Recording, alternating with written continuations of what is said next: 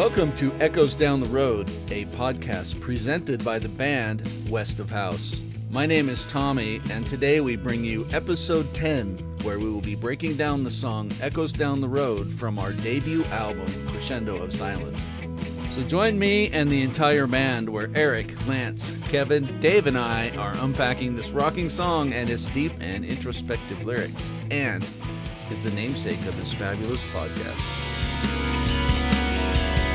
Well, welcome back, Westies. This is episode 10 of Echoes Down the Road, and in a fortuitous bit of irony, today we will be talking about Echoes Down the Road, the very song for which this podcast is named, so your expectations are probably very high at this point.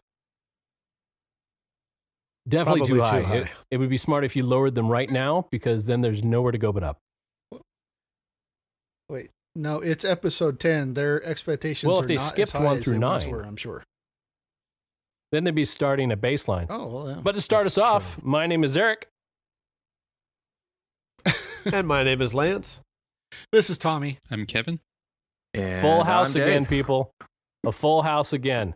We're going to have a good time. Love it. So there's only one way to start it off. Yeah. Oh, That was a that's good my one. favorite sound. Eric, what you drinking over there, my friend? Occasion today. This is Focal Banger. It is. Why are you laughing at that? Wow. That's an album title, is what that is. That makes me an uncomfortable. IPA from Vermont, from Alchemist. Very hard to get in California, and really neck and neck in being my number one. So, You know, the last time I had Focal Banger, I got it from a man's van in a parking lot.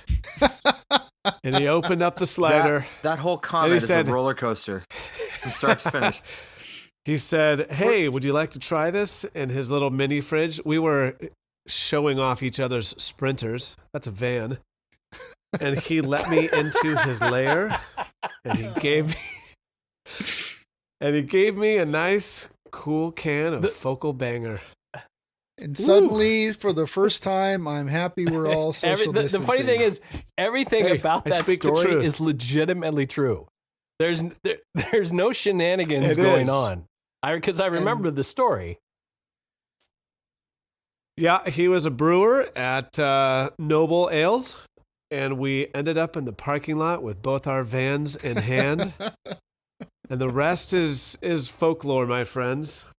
So here's my contribution. Innuendo. Yeah, right? The rest was cleaned up with an ointment of sorts. Yeah, I don't know what any of you were talking about.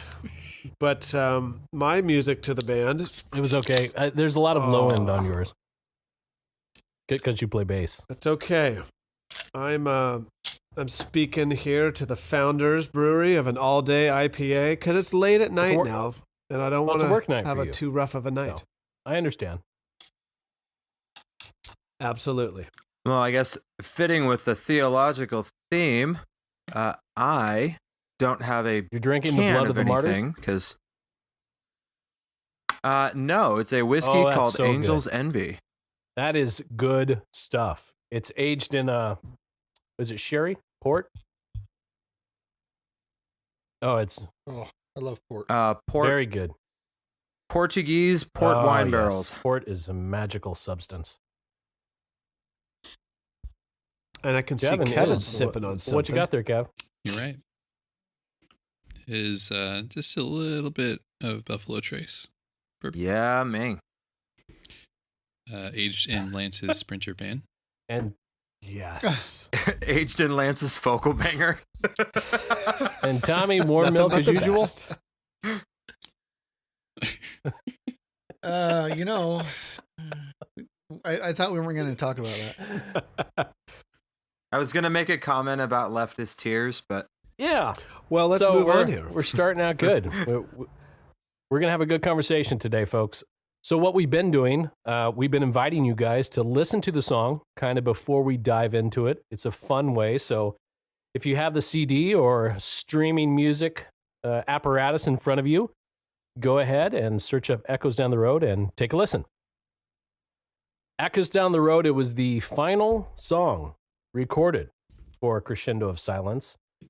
It was written, though, quite early in the process, April 27th. And you're probably wondering how I can remember that date.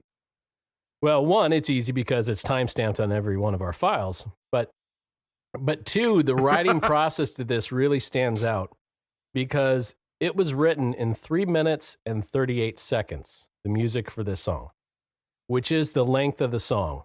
And I'll explain that in a bit. You guys kind of know? You guys know the story of what happened with this one, don't you? Have we talked about that? I do not remember. Well, it'll be new for you. So we've talked in And our other Westies. episodes how I did a lot of stream of consciousness writing, especially with the lyrics for this album. So with Echoes, I had just finished writing Chasing After Memories. We had just finished recording Turn a Phrase, 2 of our slower songs. So I was in an upbeat kind of mood, and I just had 3 chords in my head: C sharp minor, E, and A. You know, standard, good, happy, fun chords for everyone. So I pushed record with the intention of just laying those 3 chords, a system of phrases down so I wouldn't forget it, and just started playing. While I was playing, and musicians out there, you'll probably be able to commiserate with this, I started humming a melody and play that intro, and then just switched it up to something that became a pre-chorus. Went back to that intro, which was now a verse. Pre-chorus again, off to a chorus. Threw a bridge in off the top of my head. And in 3 minutes and 38 seconds, the song was over. And really, at the time, I didn't even know that I had a full song. So I listened to it back, and lo and behold, there's an entire song there.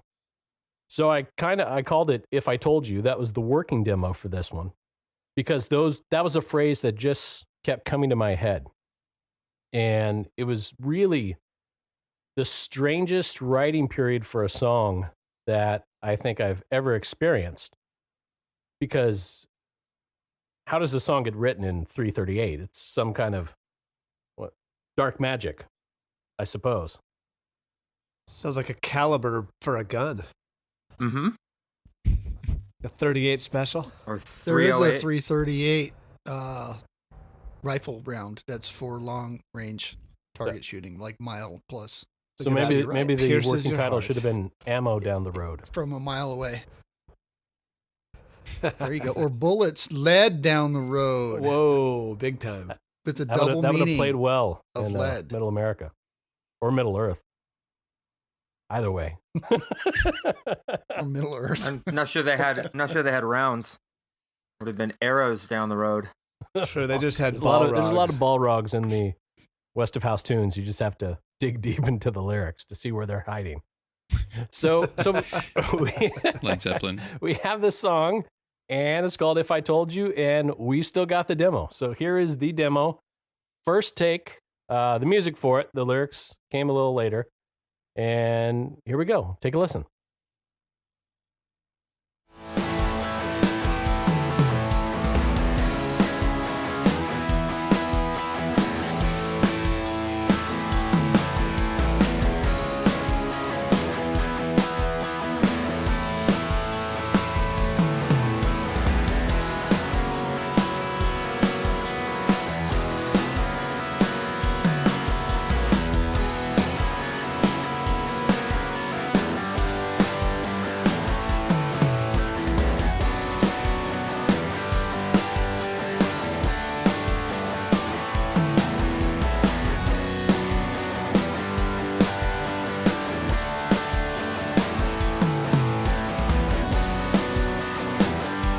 So that demo, it still kind of blows me away that that's just what came out. And you can hear it. I mean, it's sloppy. There's mistakes all over it, and which is fine for a demo because the point is to put that idea down. Well, we don't use tape anymore, but we still use the colloquialism to put the idea down on tape so it's there. So I got really excited and I sent it out to the guys who, as they usually do, said absolutely nothing. Crickets. Sometimes I get a cool, maybe, from Lance. Give you thumbs up. Well, you send a lot of info. I know for me, when I'm recording parts and, we're doing 10 or 12 songs and and all that. I don't listen to them all. I just listen to the one I'm working on, and then I go and I listen to the next one. And I don't know if maybe that's just how I am and you guys aren't that way, but you send a bunch of stuff and a bunch of ideas, or people are starting to do things to different songs. Hey, check this out, check this out. And I just don't usually listen to it till I'm ready to work on that song. Maybe my brain cells for a drummer are different. There's so many sound files that you send us. Sometimes they just get. I'm terrible at It's organizing. a glut, an avalanche, a everything. cavalcade of audiotopia. Another word we've made up. Wait, wasn't that a ride at Disneyland? Shut up, Tommy. Autotopia. Wow. You're done. You're done, Tommy. Unplug. Should I mute my mic now? Yeah. No, that's Shut up, true, Tommy. Kev. There was a Yeah. lot going on at the time, and I mean, I was throwing songs at you guys right or left, and I think we talked about it in the Moving Shadows episode. You know, I put down this demo, and in my head, I'm hearing the complete song, and you're hearing, like an out of tune vocal or some missed chords, or sometimes even the wrong chord that I'll say, Lance, play the right one. You knew what I meant. And so it's, That did come out I'm quite a sure when bit. you guys push play, you're like, what the hell is this crap? This isn't even that good. But I swear in my head, it's wonderful. It's like when I sent you guys, an acoustic version of Voyeuristic, and then what that ended up becoming. Yeah, as Tommy says, after we finish every song, I freaking love this song. It becomes your favorite thing because of what it started as and then what it becomes as that journey goes on. Yeah, I think this time you were very prolific in your writing. And like Kevin mentioned, you were sending a lot. Some weeks it was multiple tracks. Some days it was multiple things. They all have So I some weird names also. Maybe we should get like a list of the demo track names and post that somewhere. Groove Horse. Oh, yeah, there's we some. did have a lot. There's a few there were horses two in there. horses, I think, and we've got some weird names for maybe a new album. I don't know. Did I say that out loud? Did that happen? You did. Yeah, It's we'll called a tease that more in tease. episode 12. Yeah, So absolutely. so we finish the song. I send it out. It's kind of crickets, but that's fine. I think I moved on right to something else, something I wrote maybe for the EP or the new album. Who knows what was going in my head? Then the song sits just for a few months because during that time we have we'd finished Memories. I think we were jumping into Denmark. We had that whole debacle. Carry Your Dreams, Holy Ghosted. Those are all done. Moving Shadows, all done in there, and Echoes just sits like a forlorn lost child in the woods, similar to Antler Boy on the album cover. That's a visual representation of Echoes down the road just waiting to be finished. And just to be fair, Eric, I've never once thought this sucks. So I have something to So- aspire to. I think this one, right. You should produce something that sucks. But no, I mean, this song was, like you said, after a couple slower ones, and it was very refreshing. I do remember when I first heard it, it was like, oh, what a cool song to throw at the end of an album or somewhere at the end of this production where it's driving, it's super exciting, it's got energy. And I remember it going together pretty fast once I finally actually downloaded it and started putting some stuff together. Because it is a straight rocker that was fun and refreshing after a couple. Well, it's kind of a slower digression, but where it sits in the album, that was an interesting conversation too. Because, like I said, that's a rocking Was. song. That's like, 1, 2, 3 track, placement. And we Yep. very purposely put it in position 9 on the album. Not to hide it. It's not a B-side or anything like that. It could be a grade A single. The hooks are great. The song's short, opens the door, punches you in the face and leaves. It's perfect for a single. But we kind of wanted to set that up because you get to that second side of the album and it starts out with Holy Ghosted, which is a whole oral AURAL experience. Then Turn a Phrase, which is kind of strange. And then you've got Fallen, which is mid-tempo. And then, Echoes hits with those first few chords. And it really builds up before the album takes you out with Voyeuristic. So really, that's side 2 of the album. all over the place in a good way. When it kind of makes a statement, is a lot of times people will, like commercial artists, they'll put their strongest songs up front, especially now that we don't have sides of tapes anymore. So they'll front load what they think, okay, if someone's only going to listen to this album for 1 or 2 songs, we want to hit them hard. And then sometimes the rest of the tracks just feel like they're phoned in. Whereas this was more of a deliberate choice. Like, no, we've got good tunes all the way through the album. We don't have to worry about spending them all at once. There's a little known theory, because it's mine, so no one else knows it, I think. But if you want to see how good a band really is, you check out their second to last track on their album. Because that's where most bands hide their dross. They hide the songs that, no one wants to hear, and then they end strong. I used to make, I make way too many playlists. If you follow me on Spotify, gotta help you. But I have playlists dedicated to the second to last songs of albums. Just because that's how my mind works. And the greatest bands, those second to last songs are some of my favorites.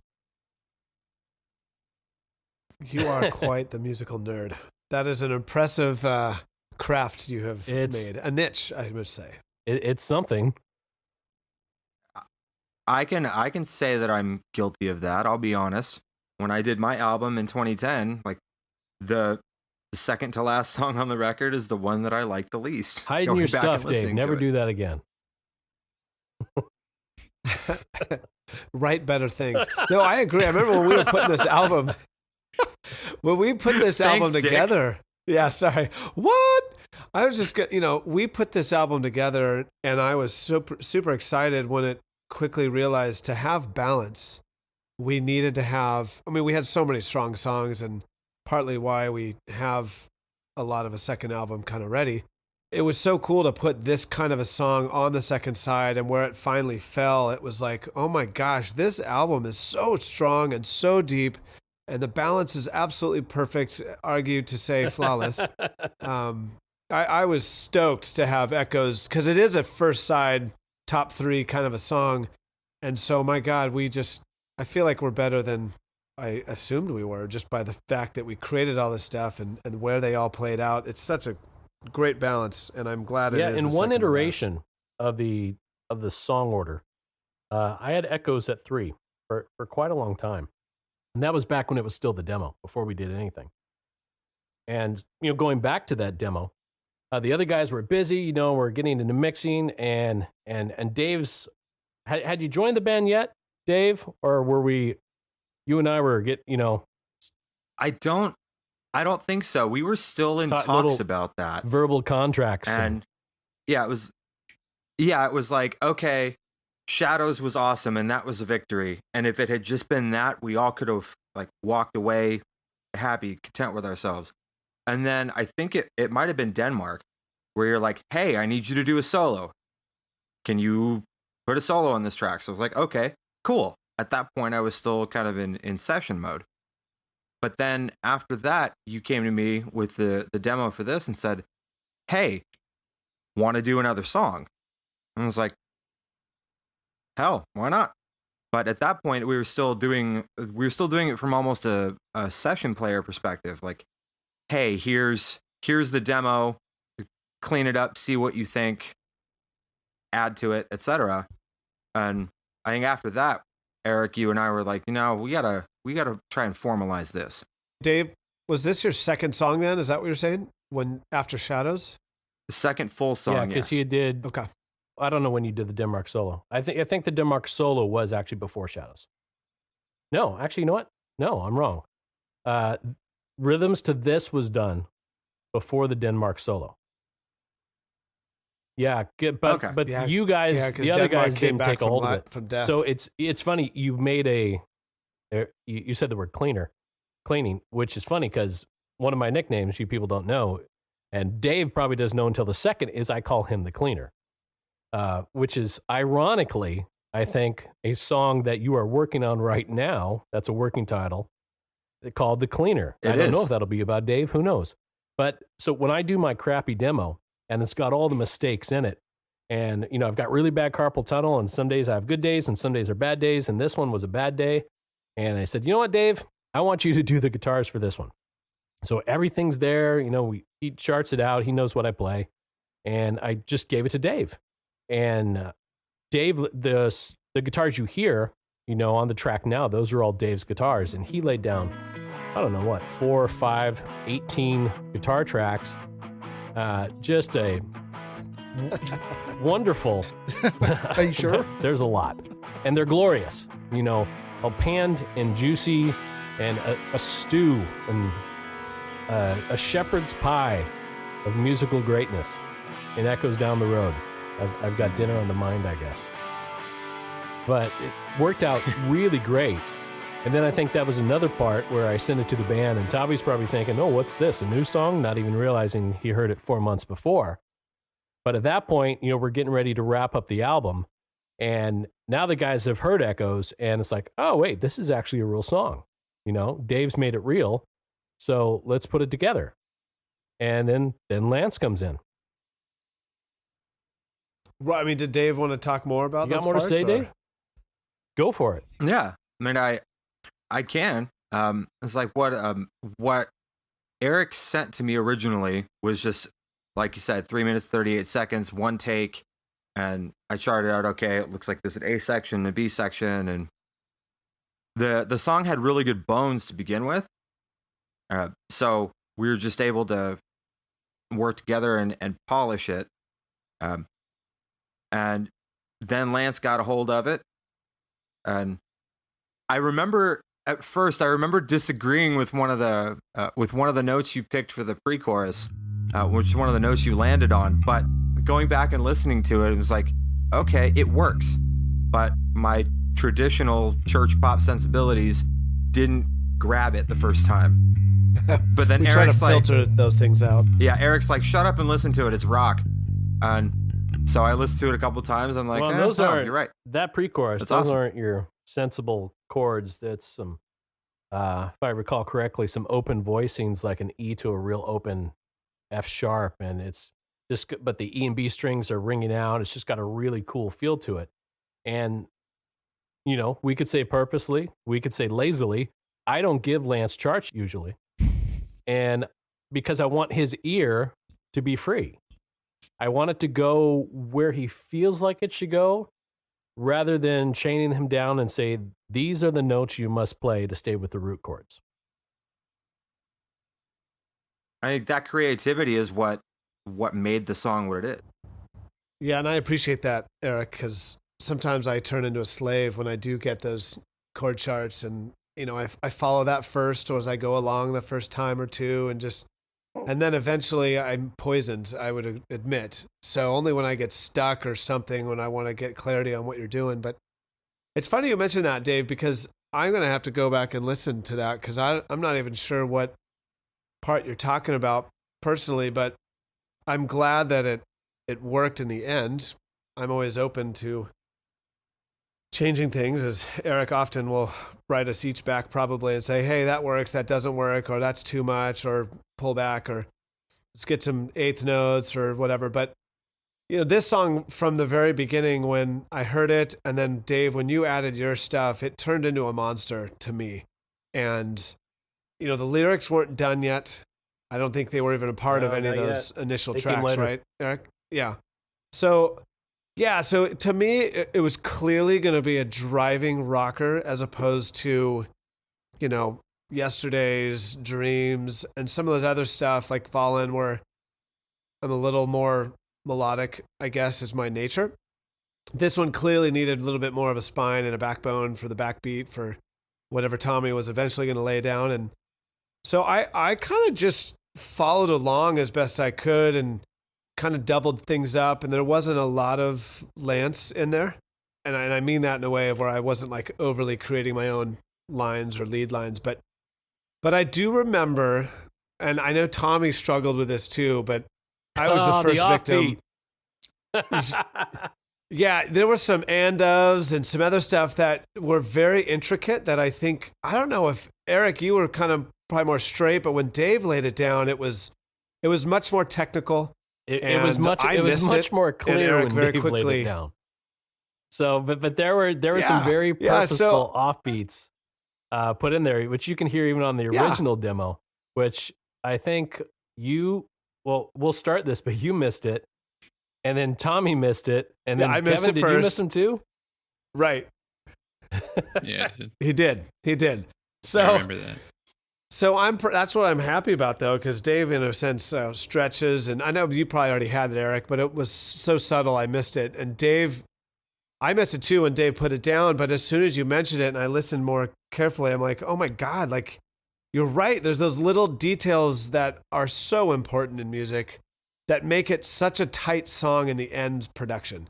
That initially, it was a fun rockin' song, and it was a little more open, but I really started to kind of hone in on those little textures.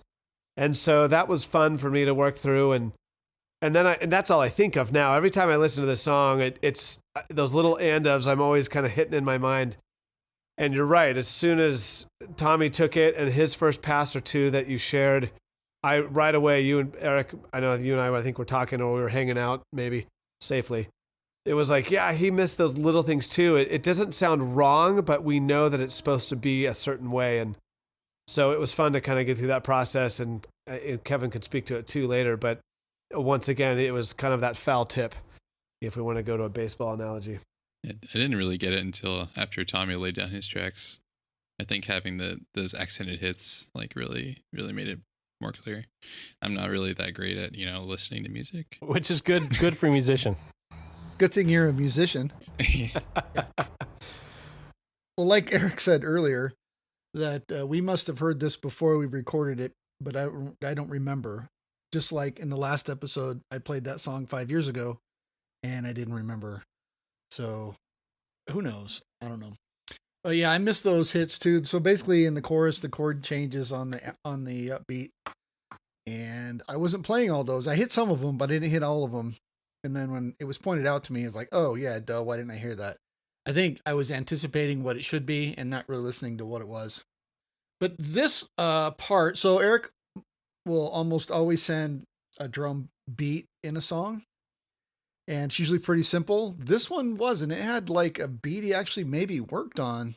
Don't tell Like, wow, anyone, this- you'll ruin this my is rap. actually kind of cool. So the intro to this with the toms on the eighth note before the snare, that was Eric's idea. It just wasn't there. It was in a different part of the song, but I really liked it. So I threw it in the intro.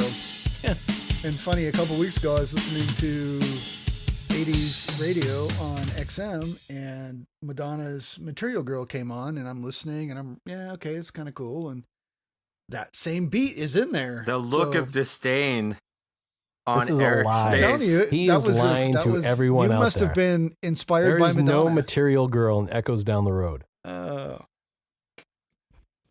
You should play it right No, there's Yeah, we'll be do you want to hear We can't do it? that. now. Don't get sued. Oh, Madonna won't care. What's she going to get from us, Kevin? Oh, It's wait, too we late. can't lose Kevin. It's too late. But I really like that part, and so I played it, and it worked out really well. Other thing about the song that I really like is in the bridge. So the bridge breaks down, gets real quiet. There's some noodling on the guitar, so I play like quarter note rim shots on that just to kind of keep it chugging forward. Halfway through the second half, I played my side snare, but I didn't have a mic on it. So the only mics that are picking up that snare are the room mics and the overhead mics. So to the listener, it gives them a little bit of a distant sound, like the drum's further away, but it's still there. And it gives you a little more urgency, like, hey, something's fixing to happen here. And then we come out of that into the last chorus. So I thought that would be a cool thing to try to get kind of a different feel. And I think it worked out. It's pretty cool. And actually, when I sent Eric the track, he sent something back like, when you start playing that snare drum, it's so good right there. And it's just, it's not right in your face, close sounding, but it does add something to that, which I thought was kind of cool. And yeah, the song, like Lance was saying, just really comes out and gets going and has a little break for a breather and then ends pretty powerfully. And then I threw a little drum fill dealio at the end as if you were, playing live, and we're gonna end this with a little drum lick. And we left it in. And Yeah. No, I like it. It had a didn't good get feel, cut, and so it worked perfectly going into Voyeuristic Symphony. So it's like the end of the chapter where Voyeuristic is kind of a coda, an epilogue, if you will. And just that little, I don't know, you could kind of feel your happiness. You just nailed this part, and you do that the little drum thing at the end, which fades out, and that's just perfect. It's like a false ending to the album almost. right. No, it was cool. So this is a fun song, and it was the last one we recorded. I think it was just, I think it happened pretty quick. We didn't have too many problems with it. So, all in all, it was like, hey, we're done. Cool song. But as you mentioned earlier, we were already working on other stuff. We're always working. And because that just kind of seems how it is. True, and it's such a good song that it's really the intro and outro of this. It lovely works podcast. perfectly. I mean, even when we needed the name, that's right. We were trying to be creative and come up with, I don't know, Kevin's Roadshow or Lance's Sprinter Van, and really was like, why don't we just call it Echoes Down the Road? Let's steal a song from our own album. And I think it was an easy text message. There you go. Yeah, let's do that. Yeah. And we used like Lance said, the intro outro music is actually echoes. We're not. This is using not from false another song, advertising. which actually be kind of funny. You're getting Echoes Down the Road No, until we really do the Material Girl remix. So what's funny now is that's right. When I hear echoes, that's the drugs in talking. my car or something, I can hear the song coming down, and then the intro. Welcome to Echoes Down the Road, a podcast by the band. I can hear that now. Am I missing from the song, CD? So with my faux radio announcer voice. Yeah, your intro. Do we have to pay ourselves royalties to use that? By the way, okay. I do. I charge you all the time on Venmo. Yeah, I know. We should pay you. Eric pays himself nice. royalties every night. I'm waiting for my royalties to come back from your Venmo graveyard. It was funny. I mean, just an aside, to the Wessies out there. So, by the time this airs, you'll know that we have a cover song that we did out. We'll talk about that and why we did it and all about it. But we had to pay licensing fees, so we can actually have it available on Bandcamp. And it wasn't bad. It came out to like $28, but so I Venmoed the guys. I think it was $5.60 tonight, with a text saying, "Hey, you guys can pay me in installments." Before I told them how much. So hopefully I didn't give anyone heart attacks with what they were about to see. Oh, I was curious how much it was going to cost. I never opened that up, but I was like, dang, that must be expensive. You don't even look at them. You just turn them over to your wife to pay. $5. And she's always first. Within 10 seconds of sending any Venmo request, Jenny pays it. Yep. Yeah, I have no idea how much any of it is. She just knows to do it. I remember the first time I actually asked for money from Lance, I put in this is Tommy from the band. This is for this. I put this big long thing on there because I didn't want her to get some random request for Lance, money. is this the vocal from banger some guy? She's never heard of. From Utah? So as much as I like the drums on this, I think Kevin was the last person to get this, and he should tell us about his guitar parts. Yeah, the things he added really made the song, like they really put the bow on this one. It would not have been done without the stuff Kevin added. Yeah, it was kind of like a trend, me getting in my tracks at the last minute. I guess I worked best on a short wick. Always late, but worth the wait. Yeah, I guess so. Yeah, I mean, I'm putting that on the next Venmo for Lance. but from the demo that Erick sent out, all I could hear when I was listening to it was like a kind of like a emo vibe.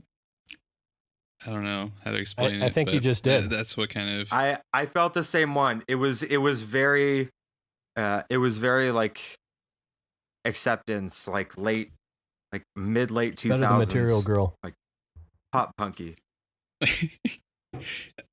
I guess. And I'll bet anything's better than $50 material. right now, Tommy has never heard of the band Acceptance.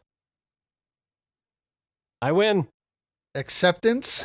Well, $100 because I've never Yeah, heard you're it too either. easy. You're Lance. No, If it's past 1974, I know you haven't heard of them.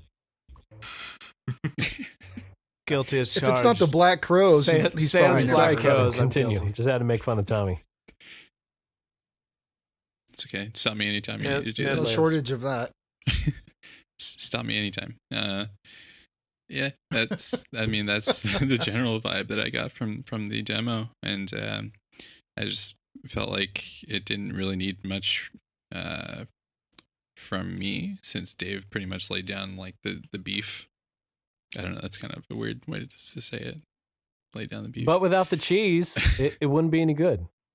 It'd just be a boring burger. Exactly. You're our cheese, Kevin. Yeah, Well, it depends Is that a what good kind of thing? cheese you think you are. Yeah. No, he's more of a Spicy Jack, hopefully. he's more of a As Gouda. long as you're not foot cheese. thinking, This one gobbled up some Gouda. A creamy, Shut up, Tommy. smoky cheese. So we're doing a bad job. Not- We not keep fermented interrupting cheese. Kevin. He only has like 8 or 9 words before he has to call it a day. So let him get those out. I'm leaving. You know, it's your parts. I don't know how many guitar parts you sent me for this. Maybe only like 3. But There was let's see. two And the solo, two, right? Um, 2 color guitars and the solo. Yeah, two the and ending then solo. one's- The solo just Mhm. blasts at the end, and you hear it every time this podcast ends.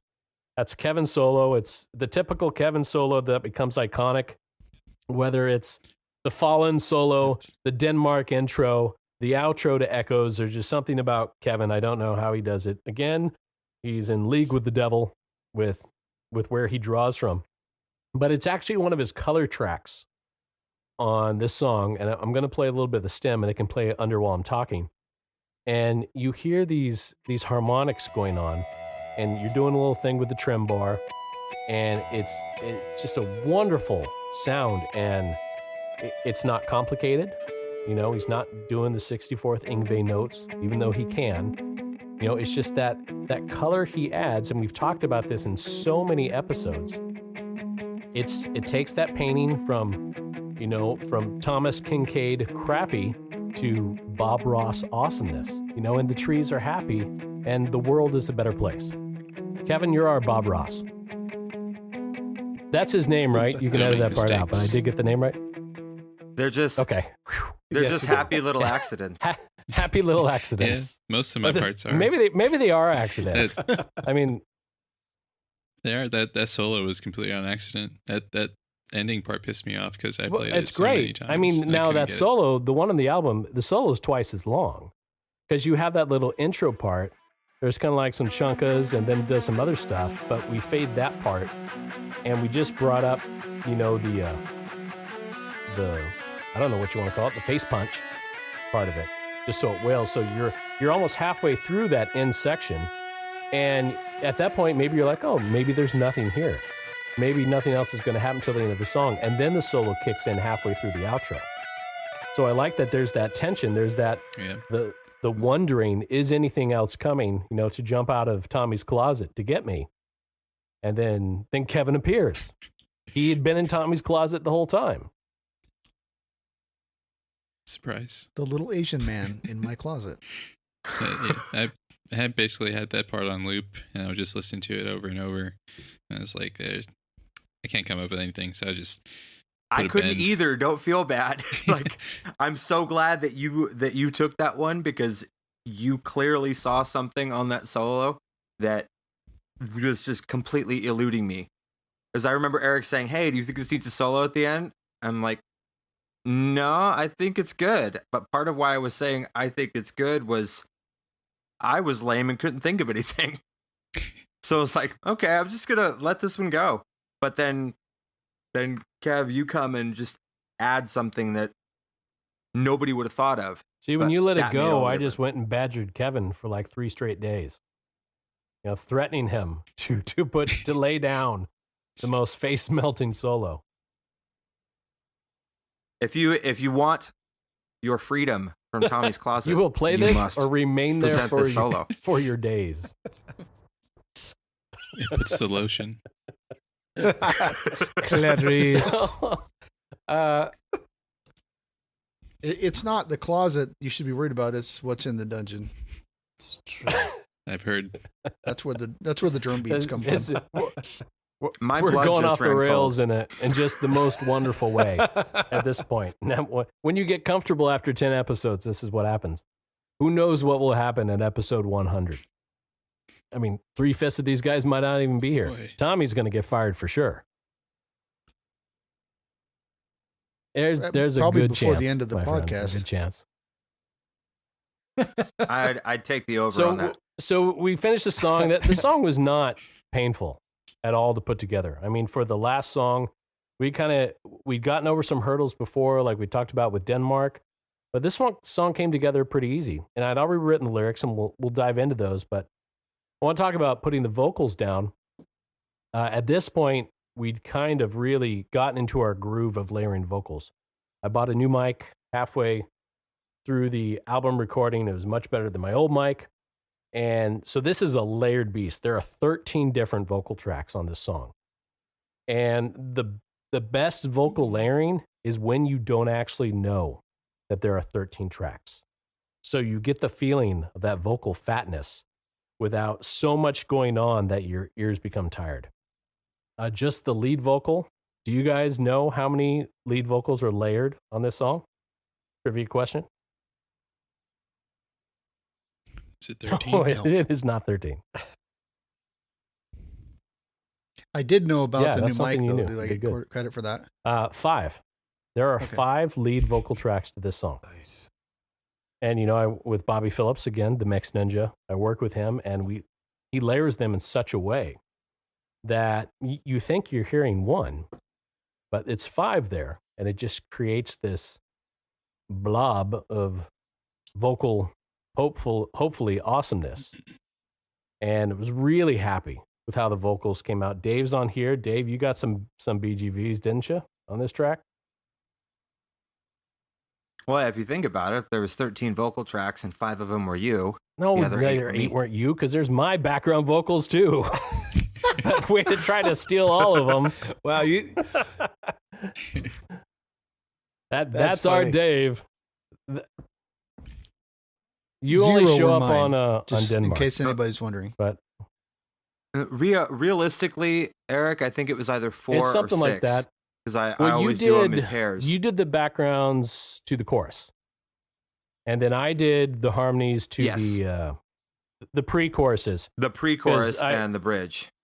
And then I added some Yeah, coming out there of the was bridge. a really specific harmony that I threw down on the demo for the pre-choruses, and I loved it. It just turned out way better than I thought it would, and it was completely by mistake because I do not write out harmonies. I kind of just sing and see what happens. They said somehow every free choice that you make is preordained. Well, and the melody on that's so interesting. On that It's a weird pre-chorus. one. Like the way that the melody comes down and follows the underlying chord structure. I wouldn't have been able to write a It's- harmony for that. I mean, I can't say I wrote it in that I pushed play and willed myself to sing a harmony, and that's what came out. I know music theory. I have a background in that, but I don't actually write out my harmonies. I don't think, well, you know what, I'm going to sing a 4th here or a 5th here. On the pre-chorus, I know I sang some seconds. I was harnessing some Alice in Chains there, and there are some seconds there, and it kind of creates a cool dissonance. And when we talk about the lyrics, what's Yeah. actually being said there, that descending melody line is going along with the lyrics. It's going, not unironically, it's going down the road, just like the title. And that stuff is on purpose, that those ideas and those sonic ideas. But no, I wish I could write out the notes. It would be a lot easier.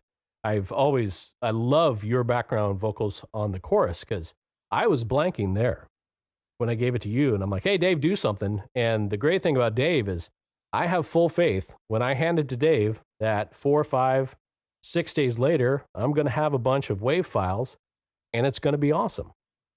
And that's the feeling with everyone in this band, with Tommy and with Kevin and Lance too.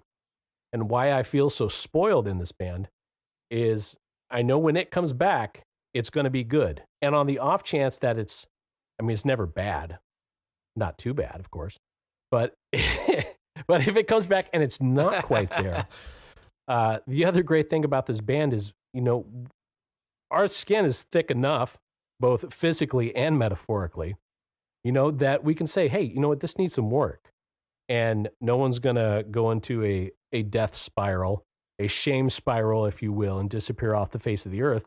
And it's going to be fixed and it's going to be worked out. And you push and prod and there's back and forth, but it never gets into, and I'm sure you guys have, maybe you've all been in bands like this. I know I have, where there's some real animosity if something is challenged or critiqued or questioned. And those bands just either die a fiery death or you're Guns N' Roses and you just become even better. Yeah, they took the long way it's home a lot to harder, get there, but though. for some people it works, and pushback makes songs better. Hate, it'll give you one great album, but then the band usually breaks up after that. But you're getting a second album, so obviously we don't hate each other. We're doing well, guys. No, the creative conflict is what makes it work, because that's kind of what sharpens us. We sharpen our rough edges off, and we end up being better for it, even though it can be uncomfortable. All I know, and in I the moment. swear by it, Tommy gets better after every time I fire him. Uh-oh. Podcast isn't over yet, Tommy. So I must have really sucked when we first met 20 we years all ago. sucked back in. We were decent back then, but compared to how we are now, it's Kevin was 7 years old. Kevin wasn't even an idea when Tommy and I started. He was playing. learning how to walk. Tommy and I were playing the Sunset Strip, and Kevin was still a twinkle in his parents' eyes. Stripping down in his diapers. So let's dive into the meat, shall we? This is where it gets good. I said on an earlier episode, I believe it was Moving Shadows, that the lyrics to Echoes Down the Road are probably my favorite, and me at my most vulnerable, and bits of it probably the most scathing thing I've written. Well, maybe that's not true. Denmark and Ghosted, they're pretty scathing, but this is maybe more scathing because it's going after a sacred cow. Agree? Disagree? Yeah. I thought this song was about me.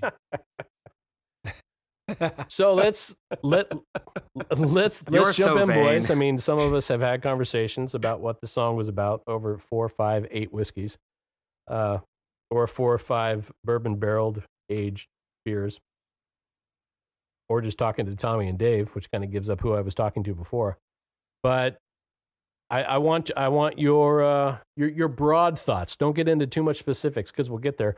What were your broad thoughts when you heard the lyrics? I think when I first heard the lyrics, and Eric, I think you and I, after I'd heard them a few times, we were both over some whiskey, and I was like, okay, this is what I think it is, and I guess I won the gold star for that one. But at first blush, it sounds like some sort of unrequited love song, or unrequited pensive. Okay, I'm looking with Like painful Mike retrospect. Sorry, That Tommy is gave me not his too dad soon. joke. Yeah, Other You men gotta have have Okay, them, Tommy's that man. was closet. my bad. It was extremely rude of me. But- Please continue, Dave.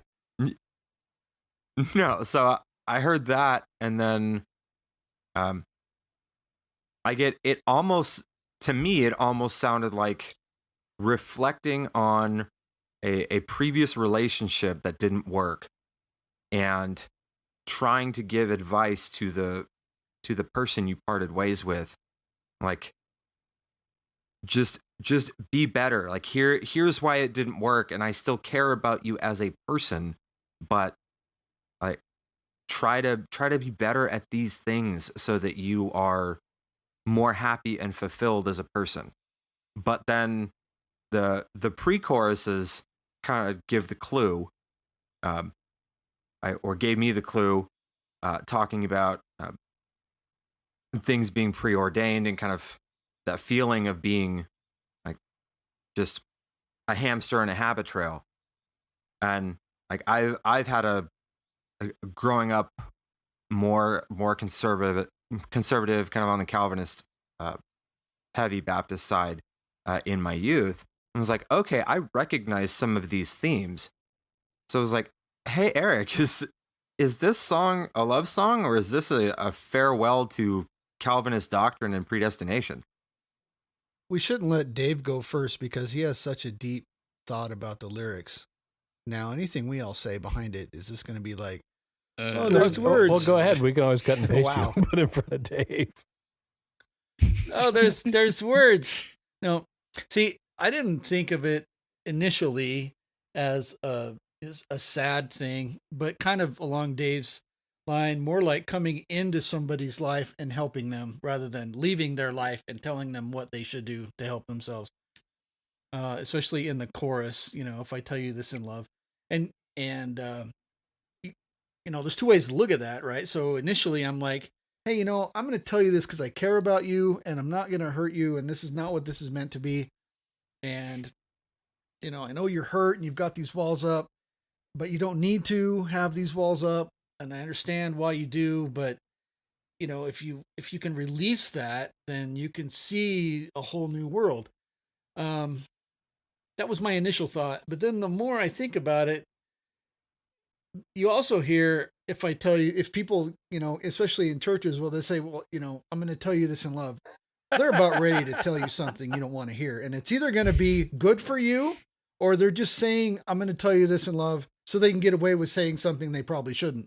So now when I kind of think about that, like every is that like section saying, of the song is that like saying, way, with right? all due Especially respect? Right. Yeah. Or I don't mean to be Bless rude. your heart. Means I'm fixing to be rude. Or I'm just saying. Yeah, bless his heart down in the South. But anyway, I kind of feel like every one of these sections, at least the chorus and the bridge, can go that way, right? The bridge, strip away the pride that blinds you. So you can say that in love and people will get it and not be insulted. And you can not say that in love and they will be mad because you're judging them that they're being so proud that they're blinded. So, so there's a lot of that going on, and then the ends of the verses with the echo part in the background, same way. I mean, the preordained stuff. I posted. If anybody's trolling me on Facebook, for the last couple months, once in a while, I would just post a piece of the song, and I did post one of those little sections, and it got a kind of a nice little comment going on. The one about they say somehow every free choice that you made is preordained and you can't change it. So I posted that, and of course, I got a couple of my non-believing friends commenting on that, which I kind of expected. But that's a heavy line. I mean, you can take a lot of time to think about that and ponder on what that means. So I'm kind of with Dave on the way as it's somebody talking to someone, but more entering their life rather than leaving it. That's how I initially saw that. And maybe that's because I know a lot of people here in Utah who have maybe married at a young age and were scarred maybe by the predominant religion here and by the I won't get into that's a whole nother podcast, but I meet them and I see them and I kind of feel like they could hear some of this and it would help them. I heard that too, but I also like what made it hard for me to reconcile at first was hearing all the things, Tommy, that you just mentioned and going, okay, well, maybe you're just coming into their life now, but like, I guess identifying in a really visceral way because I'm prone to regret. I'm prone to anxiety and depression in my personal life, and I like everyone have had weeks and years and decades where I did things I wasn't necessarily proud of. And looking back on that can be really bittersweet at times. So like you've got this happy chord structure and everything else, and the song opens with "I'm broken and unfocused, thinking about a time when the world was in front of me." Like scattered dreams and misguided fantasies regarding life and love and you. So it's like that sets the stage for a super bittersweet beginning. No, that's true. But it's funny how we kind of focus on different parts of the song. I know that when I first heard it, I was really more focused on the pieces of the verses that came after the main portion, you know, with the echo part. And then I got focused on the chorus. And then I got focused on the bridge. So I guess I wasn't watching. So I get in trouble from Erick because I put CDs on shuffle. I You're guess a I kind of monster. put the song on shuffle too. And I was focusing on different pieces, focusing on different pieces of the song. But yeah, I still feel like some of these sections can either be a positive or a negative depending on I guess how you take it, which I think is what Erick would like. Well, that's the beauty of writing something like this. And like I've had these challenges as a lyricist myself. I'm far better behind a guitar than I am behind a microphone. And I think that's where Erick shines, and where I'm so glad that Erick is the primary lyricist for the band, is being able to create something that has this much meat to it when you're telling the story that is open to interpretation. It doesn't have one pre-canned, like some of the simpler songs that are out now. It's like, okay, there's no other way to read this. Like this is spoon-fed to you. There's no intellectual heavy lifting in what you're listening to. And that's it's not like girls, right? By Motley Crue. But the cool thing about being in a band like this is having these really super rad lyrics that nobody knows what they mean. And the bad part is when Erick says, "What does the song mean to you?" Because I know anything I say is going to be wrong. Even though it won't be wrong, I still feel like it'll be wrong because it's not what he was thinking. Isn't that right, Lance? Well, he does give you that opportunity to fall on your face. That is true. But yet, while he's lift got his you foot up. out to trip you. Right, but at the same stroke, he will lift you up and applaud you with the fact that his dream is for every song to mean something different more often than not for everyone. And that's a beautiful thing, like Dave was mentioning, to have something that's powerful and meaningful that literally can mean something to everyone. And more often than not, hopefully, it's not the same thing. So before I chime in, Erick, we talked about your vocals before, and I have to clarify. The end of the chorus, the "set you free," that's when you go in like super falsetto. Yeah, well, there's a little. beauty, right? It's not super high. The first "set you free." The first "set you free" is falsetto. Right. Yes, that "set you free" is my favorite chunk of lyrics in the whole album, all of it. And every time, and I think, was it Tommy was saying this, every time he's in the car, listen to a song or something, he always, when you sing "Set You Free" in that falsetto, I literally will turn my head and I will mimic it. I don't say a word because I'll poison the sounds, but like it like grabs my loins, it lifts them up and like shakes them around. And that's a good thing because God, it just touches me and it's so damn beautiful. So I want to just mention that. And like I've mentioned many times, I don't hear lyrics, and this song, when Erick a while back gave us homework to like look at it, think about it, the chorus is where I start. And David mentioned this before. It sounds like it's a love song, and I guess it is ultimately, but it's a very straightforward story that relates to my life as well.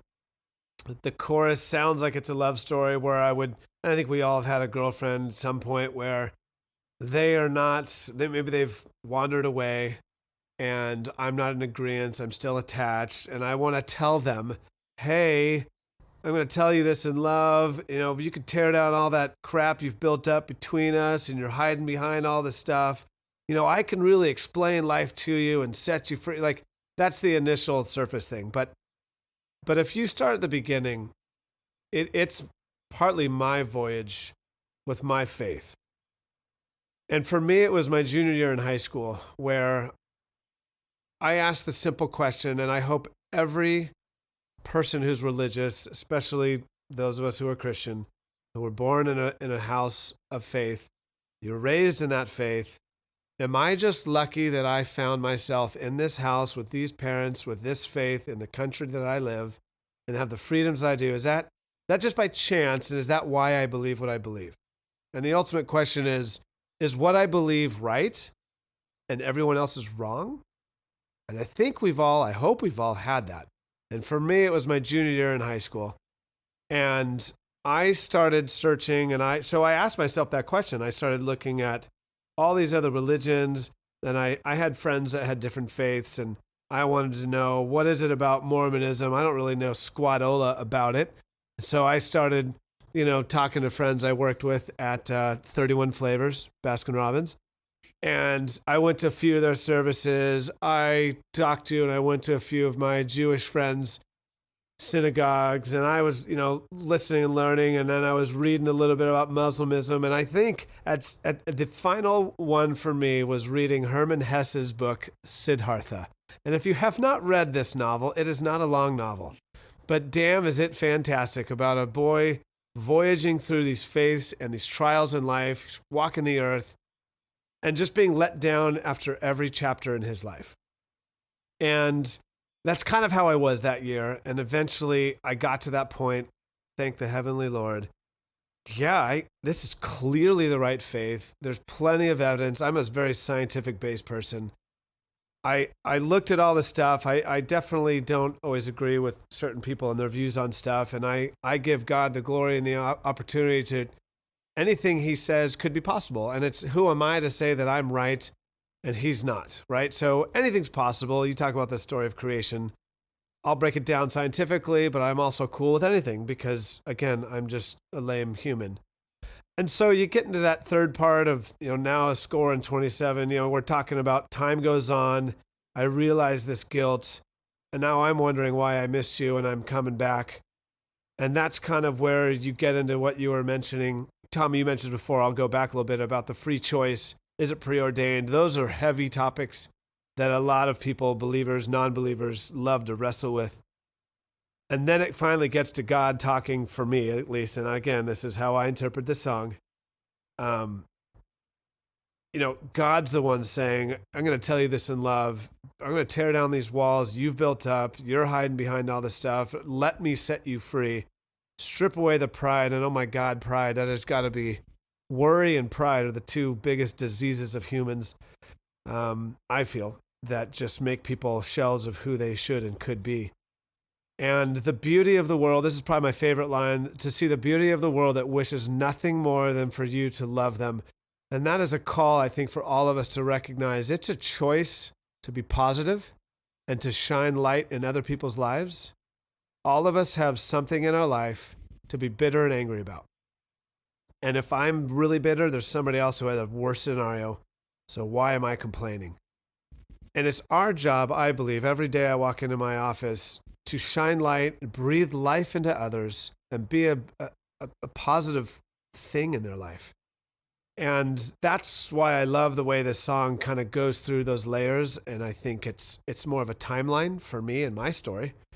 And I don't know if that's what you meant it to be, Eric, or how you guys feel, but for me, that's what this song spoke to me for. I can honestly say that you're all right and you're all wrong in your own beautiful way. But hey, Kevin, go for the so we don't get hurt. The quadfecta. What were you thinking? As with any of your lyrics, I just do an interpretation to get a pat on the back. I don't expect to be right. You actually can't be wrong. I'm busting chops here. So.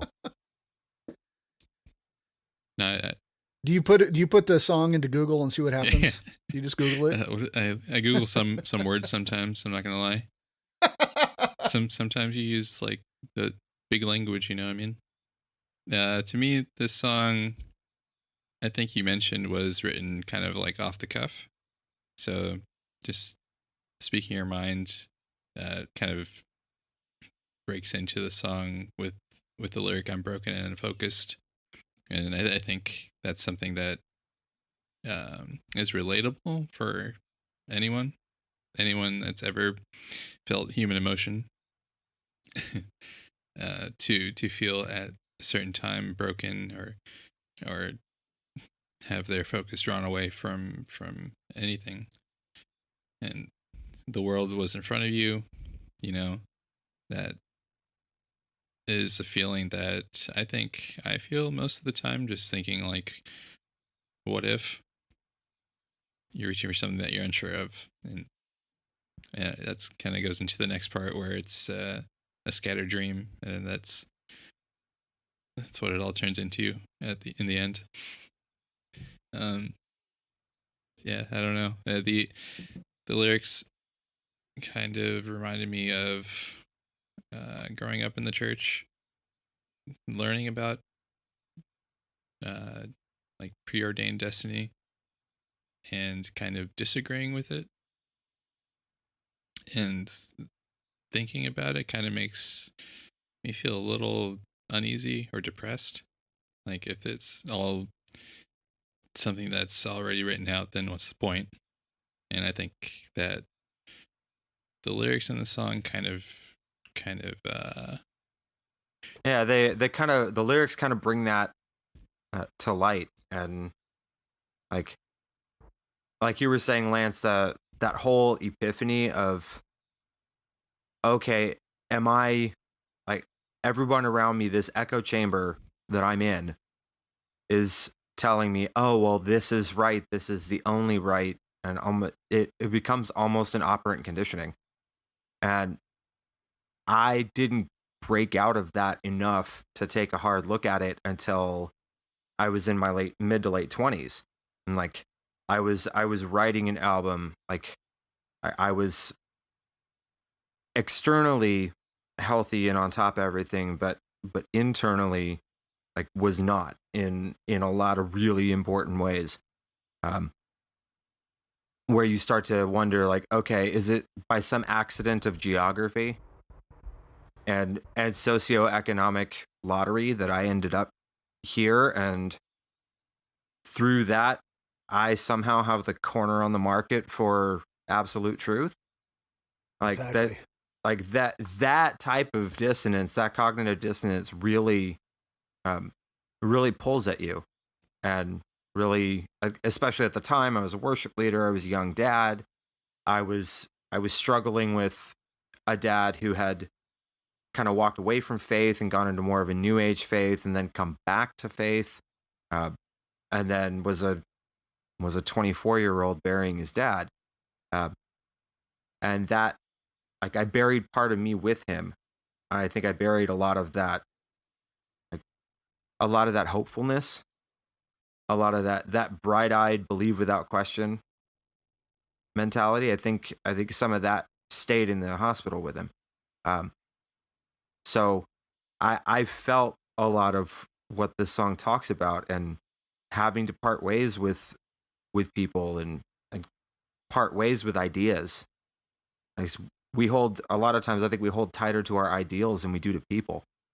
And some of that, I think, that Erick brings out in the song is God kind of reminding us, holding on to ideas closer than people, you kind of got it backwards. Absolutely. I don't even know if I need to weigh in on this one. I mean, the conversation with the four, well, Unless we're all you can't wrong. be wrong. And I say this with all humility. The greatest joy as a songwriter is for someone to relate to something you wrote. And it doesn't matter their experience with the song. The second I write a song and we put it out, it's not my song anymore. It belongs to anyone who listens to it. So far be it from me to say, well, no, that's the wrong interpretation. No, you're wrong. No, Kevin, no, that wasn't right at all. Your experience is your experience. In music and in art, there is no objective truth. It's all subjective. Now I can share, my experience, and my experience may be different. In fact, I'm willing to bet it is different in certain facets of it, just because this was my mindset at the time. And each guy, in this band, they all hit on something, some little part of it, and then personalized it, which is what you're supposed to do when you listen to songs. When I listen to U2, I'm not going, well, what was Bono thinking? I'm thinking, no, how does this affect me? How am I running to stand still? That's a song about heroin. I don't have any experience with heroin, but I can agree with this emotion of like running in place and not moving. That's part of the human condition, something that I can understand and feel, even though that wasn't the author's intent. For me, this is, it's a farewell letter to white American evangelicalism, which Dave kind of nailed there. And it was not easy to write. It was not easy to put down on paper. But this was something I started going through in my 20s when I went through deconstruction of my faith. And, Lance kind of says, he made a great point, are we born into our faith? Is it because of geography? Because of what our parents believed? And when you grow up in the church, your faith is very much whatever your parents tell you to believe. And you go to church, and then you're taught the same things, and those things are put on you. And it is the expectation that this is 100% truth. Now, first and foremost, and apologies to anyone that disagrees. Well, no apologies. If you're offended, you're offended. But anyone that says they have access to 100% truth is a bald-faced liar. Because the very nature of humanity and our frailty makes it impossible to understand or have comprehension of 100% truth. That is something alone left to God, whether you believe in God or not. I happen to, and there's a podcast in the future where I'll be happy to lay out, my, kind of like Lance, my scientific reasons why I believe there's a God. Now, the geography thing that you brought up, Lance, is there's so much meat in that subject. Personally, it's going to piss off someone, but we got to go there. The absolute arrogance to think that because of where you were born, let's say, America, that you then have the 100% ownership of the truth. And here we're talking about white American evangelicalism, that you have ownership over an Eastern religion that came about millennia before. The arrogance of that is something that I cannot comprehend. You may know facets of truth, but this idea that the American church has figured it all out, and that's the way it is, that God's message is to this shining city on a hill, and we hold this chalice of, perfect truth for the world to sip from, it's absolute bullshit. Because how dare we, created human beings, say to anyone that we have this monopoly on the thoughts of God and will so dole those out to every corner of the world. I mean, I'm leaving a lot of hopefully uncomfortable silence, but ponder that idea that we're saying essentially, well, you were born in Iraq, so you're going to hell. Think of how that sits. And do not edit out my silence when you edit this, Lance. I'm letting it sit on purpose. I know it's probably a mistake in a podcast, but think of the arrogance of saying that to anyone.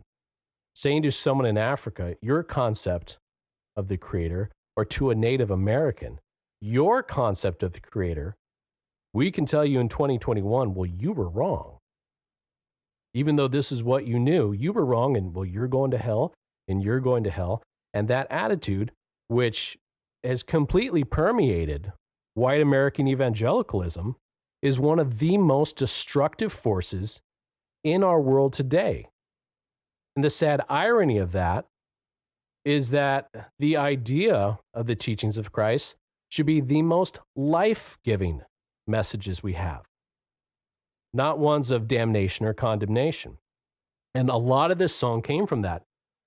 Lance and I, Kevin too, we spent a lot of time growing up in the same church, and we all have our different experiences. But it's very much steeped, the church we went to, that Lance still goes to it. That's not bad. It's fine. It's still very much steeped in white American evangelicalism. And, Dave made the mention of Calvinism. It's not that I'm anti-Calvinist. I've got my issues with Arminianism too. I've got my issues with open theism. You can tell I was a biblical studies major in college, so I spent a lot of time with this stuff. But I started out that way too. Predestination, that comes from a place of arrogance. Now, if there is a God, and again, I say I believe there is, does he know everything that will happen? Most likely. He's the almighty creator of the universe. But does that mean he's pulling the strings and pushing buttons so those things are an inevitability for free agency in his creations? To which I have to say absolutely not. I know if I put a bunch of candy in front of my kids, I know damn well they're going to eat it. Does that mean they're predestined to eat it? No, because they make the choice to eat the damn candy. It's no different with humanity. And it's fascinating to me that those who are so steeped in predestination and push that theology so much that it's always the winners. It's always the ones that are preordained to be the successful ones, to be the ones that go to heaven, to be the ones who are the champions and the salvation belongs to them, blah, blah, blah, blah, blah. You never hear the losers part saying we're preordained to hell, because it's a bunch of BS. It's another, the book is written by the elect. History is written by the winners, right?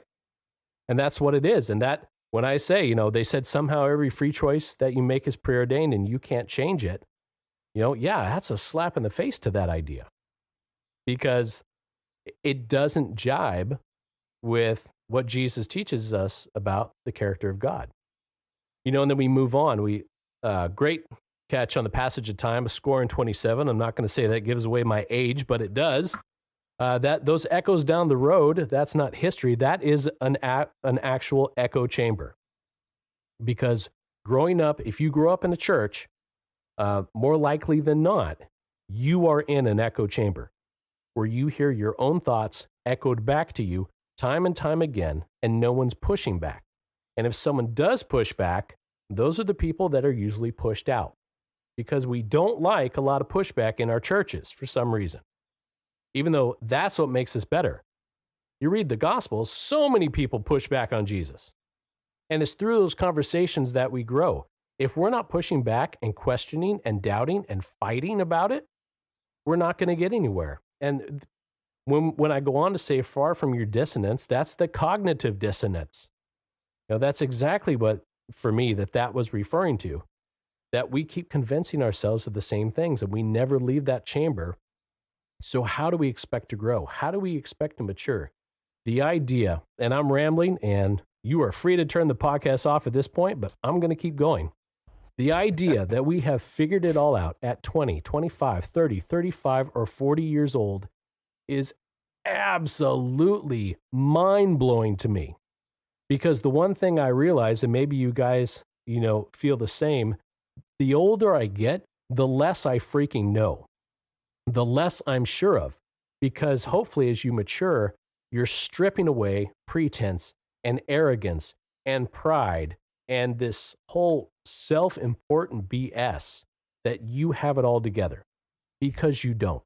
And if you're listening to this, let you who have ears hear. You do not have it all together. None of us do. And that's kind of the point of the human experience and why we engage in relationship and why we engage in conversation and why we make art and why we put art out there, is because as a global village, we know that we are frail creations. And the second someone tells you they're not, that's when we have issues. That's when we see things like, as of this recording a couple days ago, a bunch of idiots stormed the capital of the nation to try to push their will and their false belief and destroy democracy because they were told time and time again, you are preordained to be the winners and everyone else is a loser. And that is the natural progression of that sort of belief.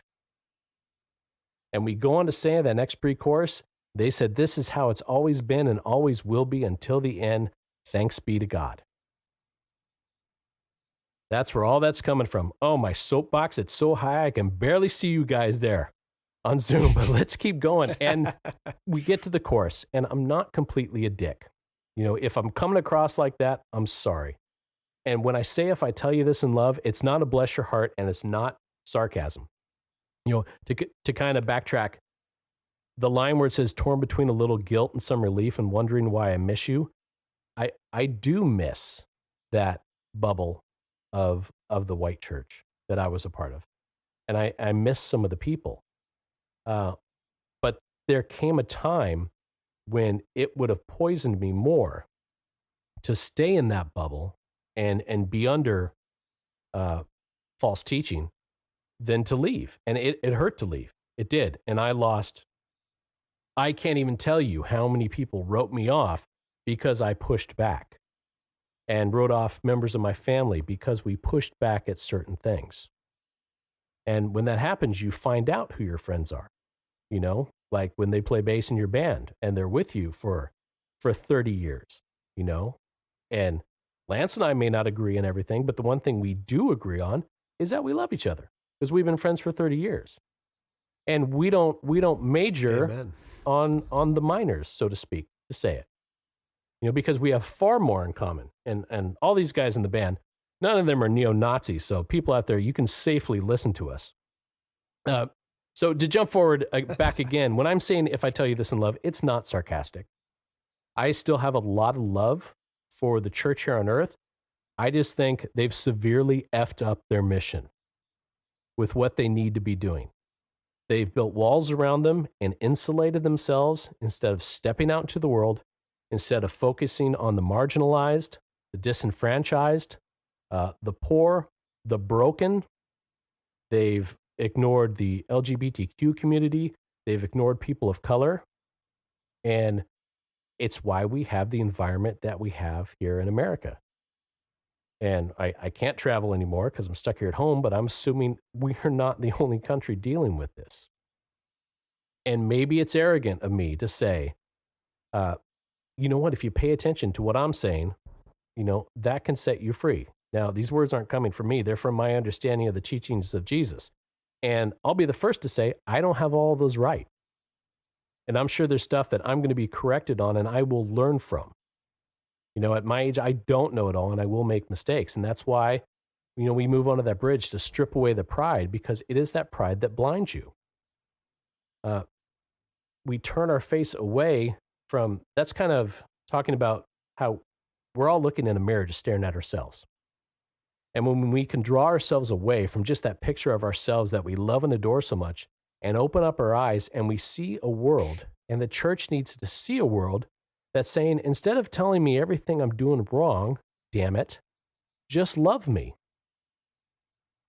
And how hard is that? What do we lose as humans when we love people? Not, I love you, but, and then put some qualifier on it, but I love you. I would argue that we lose absolutely nothing by saying those three words. I would argue that you gain a lot by giving love out. It's not hard. Gain so much. Yeah. Well, it's weird what to say. I love you or to love people. I think it's really hard for people. Well, then to they need to stop. Oh, I agree, and that's what's the beauty of it. If you have a hard time, no, I mean, I'll qualify. There's people that I can't stand, and I know I still need to love them. But the act of even saying it, even if you're faking it to make it at first, that's part of jumping into that. I mean, anything we try to start out, it's going to be uncomfortable. But the actual words or a smile or a compliment, you know, we don't serve ourselves when Oh, well, we go around just calling everyone a Nazi or a communist, and we've set up those walls, and that's who we are. But go ahead. Yeah, I mean, the act of love towards others, it can be really hard for people. For me personally, it's much easier to do the loving than actually to say it, because words to me are very powerful, and I think we all probably would agree at some point. Funny story on that. I remember I really had never said I love you to any girl I ever dated, ever. Even my wife, when we were dating, she eventually said it, and it's a holy word to me. There's nothing more holy than saying that.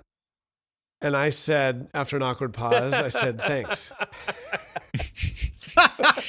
And this she'll was never just last let week. that go. Yeah. But I wasn't ready to say it back, and I'm not going to just say it back. However, the act of love is something that I think is so priceless, and is the reason why, you mentioned storming the Capitol. That's why the whole world is laughing at our country right now. But I think the fact that we struggle to love is probably why, and the pride that our country has, and you touched on this earlier, Eric, is why so much of the world hates America. Because we are arrogant, probably more so than any other country that I can observe. But unfortunately, I've lived here pretty much my whole life.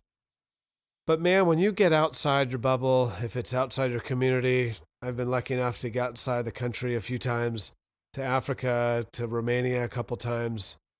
Gosh, giving to other people, I get so much more than I give to those people. And it's something I challenge anyone to do if they're ever hesitant, because you receive so much more in lessons and perspective and joy by loving other people, even though, like Eric said, and I'm guilty of it too, there are some people I do not love, and I struggle to show respect. I appreciate that, Kevin. But man, is it so important to be able to put that stuff aside and always start with love first. That's kind of my motto, is love people to death. Because it's not worth your time to be, like you said, Eric, a dick. It's just, it never helps. It only affects Rule number your life one, negatively. and I really only have one. Don't be a dick. If you make that the mantra of your life, your life will be so much better. Because there's just no reason for it. So, and it's a wonderful, doesn't help anyone. It's a wonderful place to segue into a song that's about not being a dick. This Westies, this is Echoes Down the Road.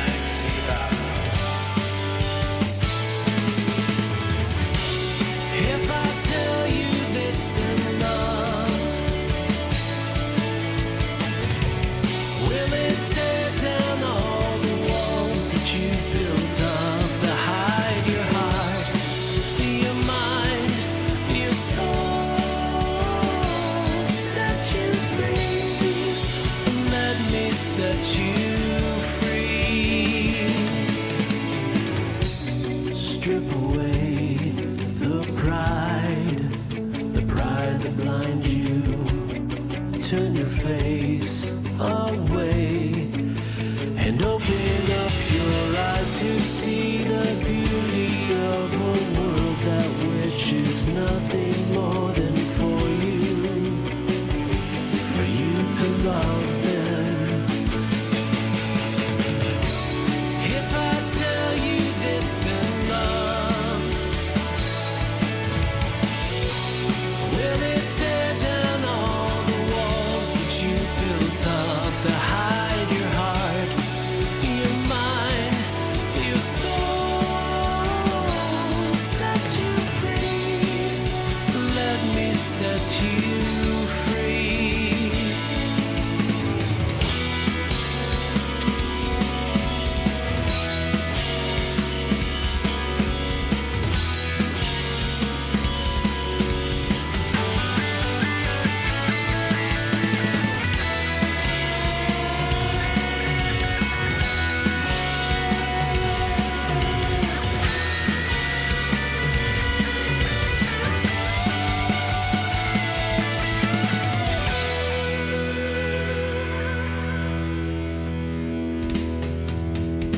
Okay, so there you go.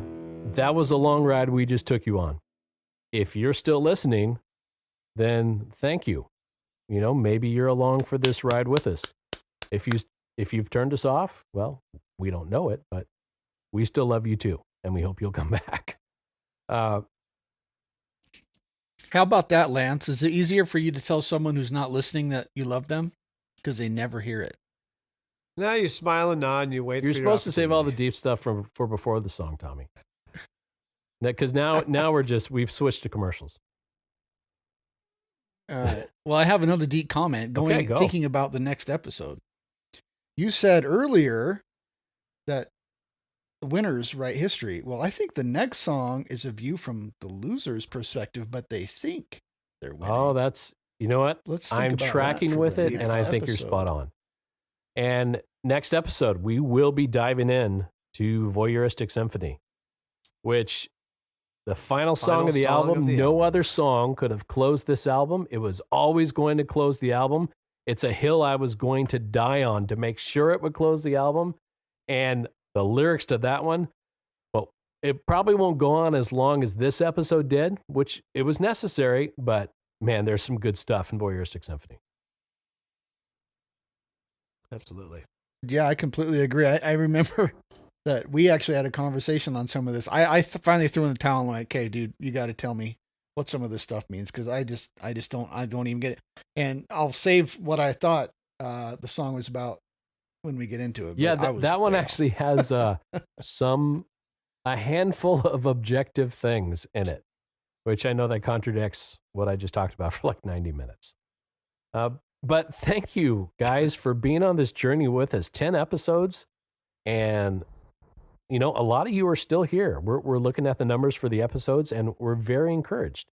They get better every week, and we thank you so much for the honor and the privilege, you know, that you're spending your time to listen to a bunch of musicians, you know, talk about how they created art.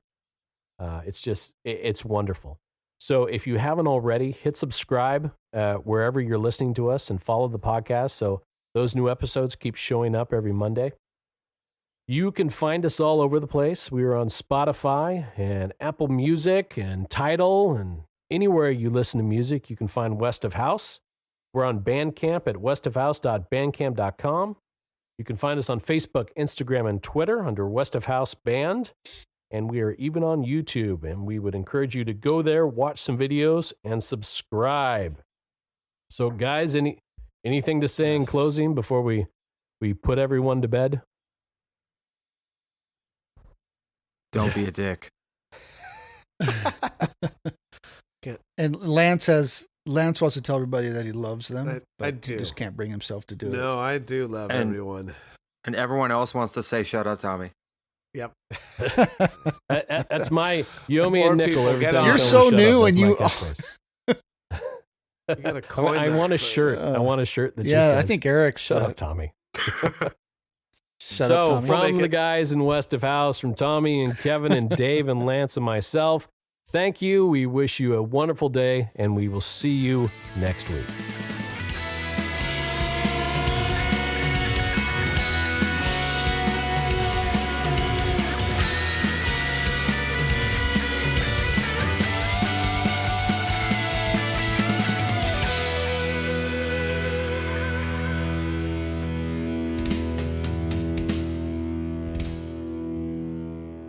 A serial Killer.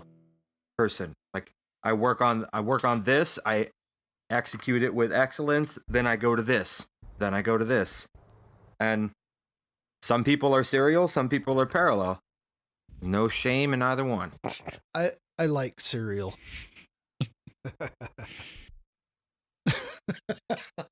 Yeah. I think there's Nothing like crashing a podcast with a bad dad joke. All right.